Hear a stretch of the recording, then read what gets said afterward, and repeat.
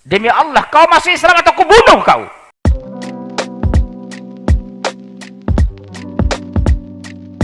Assalamualaikum, selamat datang kembali di channel ini. Ya, terima kasih semuanya untuk masih tetap setia mengikuti channel ini dari video demi video. Pokoknya semuanya buat teman-teman, saya sangat-sangat berterima kasih. Dan maaf jika saya tidak bisa balas komen satu persatu, karena komennya banyak banget ya guys ya. Tapi kalau masih ada waktu, tetap saya akan baca-baca di situ.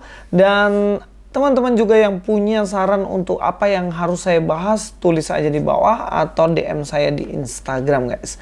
Saya juga punya video-video di TikTok, kalau mau ngecek di TikTok silahkan juga. Ya, hari ini saya akan membahas salah seorang Ustadz Mualaf. Dia adalah orang Batak, namanya Munsir Situmorang. Jadi bapak ini dia membahas kembali tentang agamanya dan juga agama Kristen, yang mana dia mengkait-kaitkan Kristen dengan yang namanya kafir. Tapi dia maksa guys, dia metode membawa orang lain untuk masuk ke agamanya itu dengan maksa. Pokoknya dipaksa lah, gimana pun caranya paksa, dan ngeri banget ancamannya guys. Kita langsung aja dengar videonya. Iya, mau nggak saya Islamkan sekarang? Tapi satu hal harus kalian catat, demi Allah, Islam itu agama toleransi dan tidak ada paksaan. La ikraha fiddin.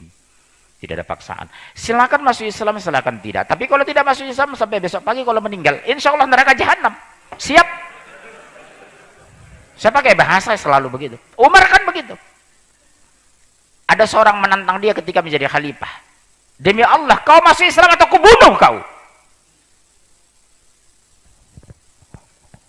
Aku Islam kan. Di kemudian hari beliau ini menjadi gubernur. Apa dia bilang? Demi Allah, seandainya Umar tidak tegas keras kepadaku, mungkin sampai hari ini aku masih kafir. Itulah membuat saya tertarik, tegas bicara di akhir dialog itu. Dia ngomong, Pak, demi Allah, seandainya Umar tidak tegas dulu kepadaku, mungkin sampai hari ini aku kafir. Kubunuh kau, kata Umar. Tapi kalau orang jil ini ribut ini, kayak bebek begitu. Ya, di situ dia mengatakan bahwa kalau kau nggak masuk agama Islam sekarang, maka kamu akan masuk neraka jahanam. Oke lah, itu kan pandangan dia, nggak ada yang keliru. Tetapi karena kaitannya adalah dia yang diajak ngomong adalah orang Kristen. Bagaimana bahkan dikatakan begini, kau masuk Islam atau kubunuh, katanya. Ngeri juga ya ancamannya kayak gitu. Dan itulah yang menjadi patokan dia, bagaimana jika dia menyampaikan agamanya bahkan harus disertai dengan ancaman. Pak Munsir nih yang ngeri banget nih, ketemu orang-orang Kristen dan kemudian orang-orang Kristen diancam-ancam sama dia, kamu masuk Islam atau kamu kubunuh. Waduh, ngeri cuy. Dan memang kalau yang demikian ini ya terserah, kalau itu memang agama Anda. Tapi ya nggak sengeri itulah harusnya ya. Namanya manusia kan punya free will, hak kebebasan. Apa jadinya kalau itu diterapkan di Indonesia ini? Ketemu semua orang dikatakan demikian, kan nggak boleh guys. Apalagi juga di negara yang bebas beragama begini ya janganlah main ngancem kan gitu. Dan memang kalau dalam sudut pandang Kristen sendiri, jika orang Kristen memberitakan Injil, amanat agung, itu tidak boleh disertai dengan yang namanya ancaman atau paksaan. Nggak boleh sama sekali bilang, kamu masuk Kristen atau kamu kubunuh. Itu nggak boleh banget. Itu berdosa. Dan itu salah. Itu adalah cara-cara yang salah. Bahkan dalam Alkitab sendiri diingatkan akan hal ini. Saya mengutip satu ayat dalam 1 Petrus 5 ayat 2 dikatakan, gembalakanlah kawanan domba Allah yang ada padamu. Nah, ini konteksnya adalah orang-orang yang sudah bertobat. Itu harus digembalakan. Siapa yang ada pada kita yang dipercayakan harus gembalakan, jangan dengan paksa. Perhatikan di sini. Tidak boleh dengan paksaan. Paksaan tuh bagaimana? Yang artinya ya dipaksain, nggak boleh. Kamu ke gereja atau kalau enggak aku masukin penjara. Nah, itu nggak boleh. Jadi kayak misalnya kamu ke gereja, kalau enggak aku pecat kamu dari pekerjaan ini, nggak boleh. Itu namanya dengan paksaan. Tetapi dengan sukarela sesuai dengan kehendak Allah dan jangan karena mau mencari keuntungan. Jadi kita harus dengan sukarela dalam mengikut Tuhan dan juga dengan hati nurani, dengan hati yang benar-benar mau mengikuti apa yang menjadi kerinduannya, yaitu beribadah contohnya, atau memeluk agama tertentu. Bahkan dikatakan tetapi dengan pengabdian diri. Hal ini tidak berbicara hanya kepada jemaat yang mau masuk ke Kristen atau ikut agama Kristen, yang mana mereka nggak boleh dipaksa. Tetapi kita pun sebagai pelayan Tuhan, memberitakan Injil Kerajaan Allah juga tidak boleh dengan terpaksa. Tapi memang dari hati yang tulus untuk mau memberitakan Injil itu. Ya, kalau dalam bahasa Yunaninya sendiri kan, dia pakai anakastos. Anakastos ini apa maksudnya? Itu compulsion ya, itu pemaksaan. Jadi kayak misalnya Anda punya pasangan, kemudian pasangan Anda terpaksa menjalin hubungan itu dengan Anda. Nah, itu kan namanya dipaksa. Ya untuk apa? Nggak enak jalanin sesuatu yang dengan terpaksa, bener nggak? Harus memang dari hatinya. Itu yang paling benar. Jadi jelaslah bahwa paksaan dalam Kristen tidak diperbolehkan ya. Saya nggak tahu kalau agama Anda ternyata boleh ya. Diancam begitu ya.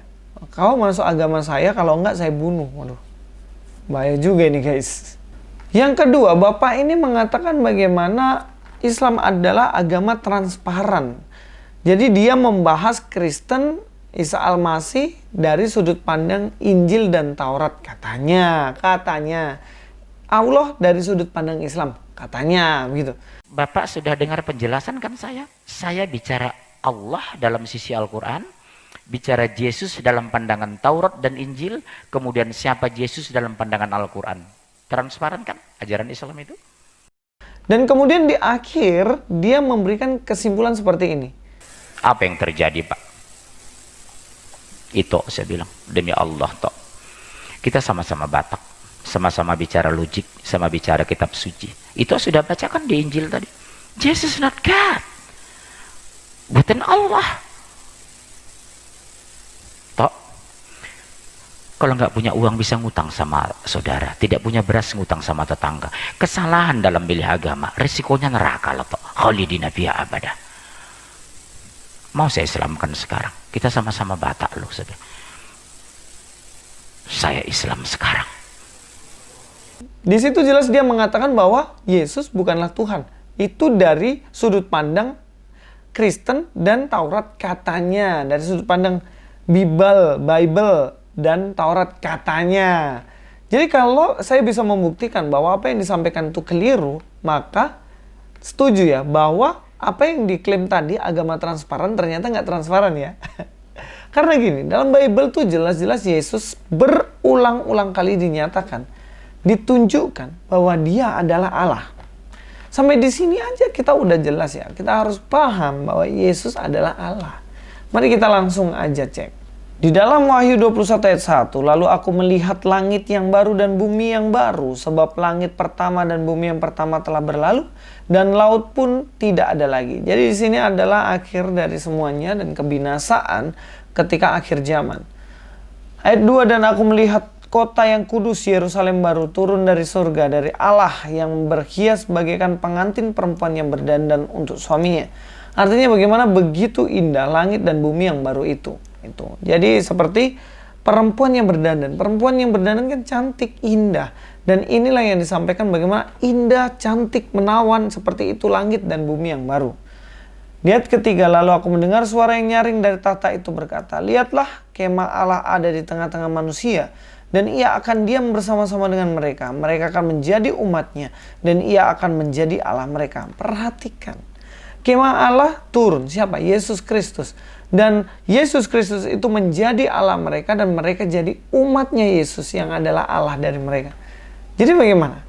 Apakah Alkitab Bible tidak menunjukkan bahwa Yesus adalah Allah? Ya jelas orang yang mengatakan seperti itu, dia adalah orang yang tidak baca Alkitab baik-baik. Camkan itu. Jadi apakah masih bisa mengklaim mengatakan bahwa agamaku transparan? Loh, kalau saya mau klaim justru Kristen lah agama transparan. Karena setiap membahas agama orang lain pasti dari perspektif orang lain. Contohnya siapa? Contohnya kalau kita lihat Pak Gracia Pelo ya. Dia membuka kitabnya mereka, dibacain, dan ini loh tafsiran kalian sendiri. Itu pun masih dipelintir dan dilaporin polisi, cobalah. Nah, sekarang yang nggak transparan yang mana? Justru kalau transparan, kita harus menyampaikan tafsiran-tafsiran pandangan dari sudut pandang agama itu. Jadi seharusnya unsur Situmorang ini, dia kalau mengatakan agama transparan, dia harus membahas kekristenan Yesus dari sudut pandang Alkitab secara benar. Alkitab menegaskan di sini bahwa Yesus adalah Allah dan Allah bagi umat manusia yang nanti ada di langit dan bumi yang baru. Dikatakan ayat 4, dan ia akan menghapus segala air mata dari mata mereka, dan maut tidak akan ada lagi. Tidak akan ada lagi perkabungan, atau ratap tangis, atau duka cita, sebab segala sesuatu yang lama itu telah berlalu. Ia yang duduk di atas tahta itu berkata, lihatlah, aku menjadikan segala sesuatu baru, dan firman-Nya, tuliskanlah, karena segala perkataan ini adalah tepat dan benar. Yesus mengatakan bahwa firman-Nya harus tulis karena dia menyatakan apa yang dikatakan oleh Yesus yang adalah Tuhan itu tepat dan benar. Dan bahkan di tempat yang baru ini tidak akan pernah ada lagi tangis, sedih, derita, dan yang lain-lain. Jadi jelaslah bahwa Yesus menyatakan dirinya bahwa dirinya adalah Allah itu sendiri. Bahkan di ayat 6 ya dikatakan firman-Nya lagi, kepadaku semuanya telah terjadi, aku adalah Alfa dan Omega, yang awal dan yang akhir. Orang haus akan kuberi minum dengan cuma-cuma dari air kehidupan. Barang siapa menang, ia akan memperoleh semuanya ini. Aku akan menjadi Allahnya dan ia akan menjadi anakku. Yesus yang adalah Alfa dan Omega mengatakan bahwa engkau akan menjadi anakku dan aku akan menjadi Allah bagimu. Di mana lagi yang mengatakan bahwa Yesus bukan Tuhan? Di mana lagi? Jadi jangan mengatakan transparan banget. Transparan yang padahal nggak transparan sama sekali. Oke, dari video ini kita belajar dua hal. Kita yang pertama belajar bahwa ternyata di situ mereka boleh mengancam untuk orang lain bisa masuk ke agamanya, tapi Kristen tidak. Yang kedua, kita belajar bagaimana Yesus menyatakan bahwa dirinya adalah Allah. Simpel itu.